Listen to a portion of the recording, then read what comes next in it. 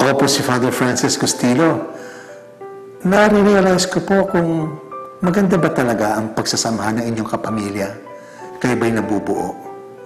Isipin niyo po, napakahirap bang mabuo ang pamilya? Marahil mahirap sa panahon natin ngayon. Pero may paraan. May paraan para mabuo ang pamilya. Madali. Madaling matutunan. At ganun pa man, mura pa. Wala masyadong gastos. Magtipon-tipon po kayo. Linggo-linggo. Para pakinggan, pag-aralan, tapos unawain at isabuhay ang salita ng Diyos. Yung darating na salita sa pamamagitan ng ating misa tuwing linggo. Pag yan po ay ating nagawa linggo-linggo, makatitiyak po kayo, magkakaisa kayo. Lalapit kayo sa Diyos at magmamahalang kayong tunay.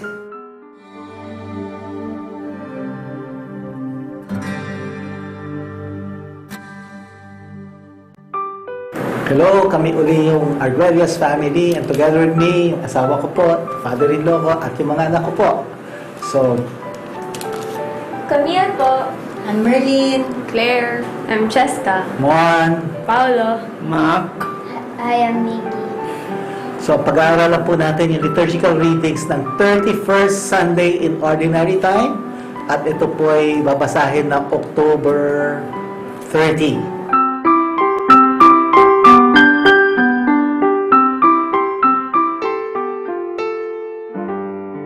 In the name of the Father, Son, and Holy Spirit. Amen.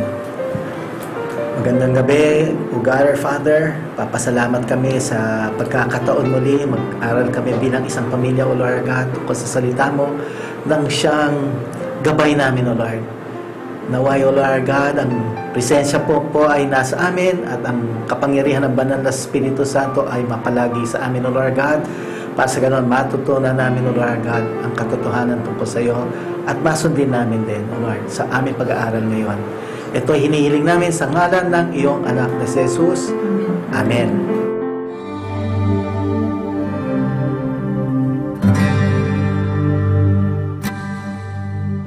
Okay, simulan natin sa pagbasa ng Ebanghelyo. Okay, Paolo? A reading from the book of Matthew. Glory to you, Lord. Then Jesus said to the crowds and to his disciples, "The scribes and the Pharisees sit on Moses' seat. Therefore, do whatever they teach you and follow it. Do not do as they do, for they do not practice what they teach.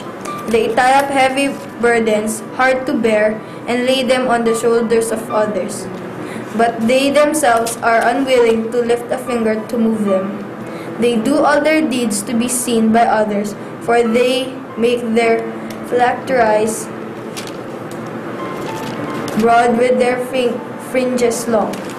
They love to have the places of honor at banquets, at the seats in the synagogues, and to greet them with respect in the marketplaces, and to have people call them rabbi. But you are not to be called rabbi, for you have one teacher, and you are all students. And call no one your father on earth, for you have one Father, the Father in heaven. Nor are you to be called instructors, for you have an instructor, the Messiah. The greatest among you will be servants. The one who exalts himself will be humbled, and all who humble themselves will be exalted." The Gospel of the Lord. Praise you, Lord Jesus Christ.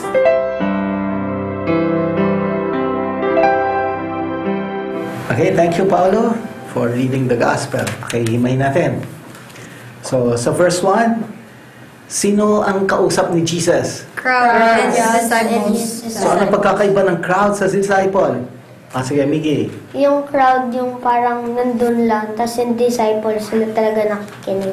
Nakikinig, may commitment. Okay, that's good. So, yung crowd, usisero lang. Okay. So, patungkol yung sinasabi ni Jesus, sino tinutukoy niya? Teachers of the law. Tsaka? Pharisees. So, Daddy, ano raw ginagawa ng scribes tsaka Pharisees? Sa verse 1. Saan ho sila umuupo?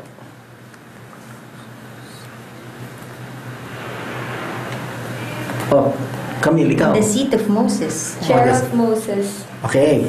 So, gusto nila makita. Okay. In verse 3, ano ang advice ni Jesus? Therefore, do whatever they teach you and follow it. But do not do as they do, for they do not practice what they teach. So, yung sinasabi nila, tinutuloy nila, ano raw? Gayahin. Gayahin.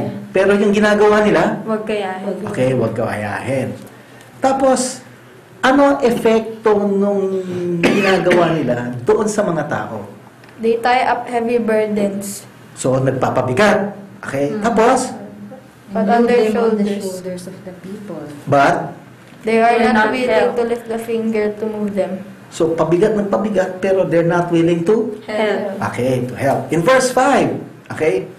So, dinidescribe ngayon ni Jesus yung mga ginagawa ng mga sunod-sunod na yan, ha? Okay. In verse 5, ano raw ang pag nagpa-perform sila ng works, para raw anong purpose nila? Gusto nila makita lang sila. So, para makita. Paano sila nagpapakita? They wear very wide bands of So, the law yung- around so- their foreheads. Talaga pinakakalangdakan nila yung suot nila. Okay. Tapos ano pa? In verse 6, ano pa ginagawa nila? They They love enjoy the places of honor. Yes. So they enjoy places of honor. So pag may mga handaan, nandun sila. Saan pa? Best seats in the synagogue. Synagogues. Tapos sa marketplace, ano yung gustong-gusto nila? Greeted with They respect. love us Being greeted. at least in the service. Tapos, in the paano sila gustong binabate o ina-address? Respect. Rabbi. Okay, master o rabbi With or teacher. Okay, with respect. So, yan yung mga ginagawa ng mga Pharisees saka mga scribes. Okay. Pero ano advice naman ni Jesus doon sa mga crowds saka sa mga disciples? Paano ba tatawagin ba silang rabbi? No. Bakit? Because Pareho-pareho lang tayong brothers and sisters. because Okay. you have only one master. So, master. isa lang ang master. Kung isa lang ang master, lahat sila ay Estudyante. estudyante, pantay-pantay. Okay. Tapos, in verse 9, meron bang kailangan tawaging Father? Wala. Okay. Sino lamang? Father in heaven. Okay. Kung Father in heaven, lahat tumatawag ng Father in heaven, lahat ng tumatawag, ano sila? Anak. Anak. So, pantay-pantay ulit. Okay. So, meron bang kailangan tawagin Master? Hindi. Wala. Wala rin. Isa lang. Di ba? Okay. Sino? Messiah. Okay. Now, kinongclude ngayon ni Jesus. Okay. Sino raw ang pinaka-greatest? The servant. Okay. And ang sino man nagpapataas, anong mangyayari? Pinapakumbaba. Pinapakumba. At ang siyang nagpapakumbaba? Ay, mas nagiging Exalt. Okay. So, natapos natin yung gospel.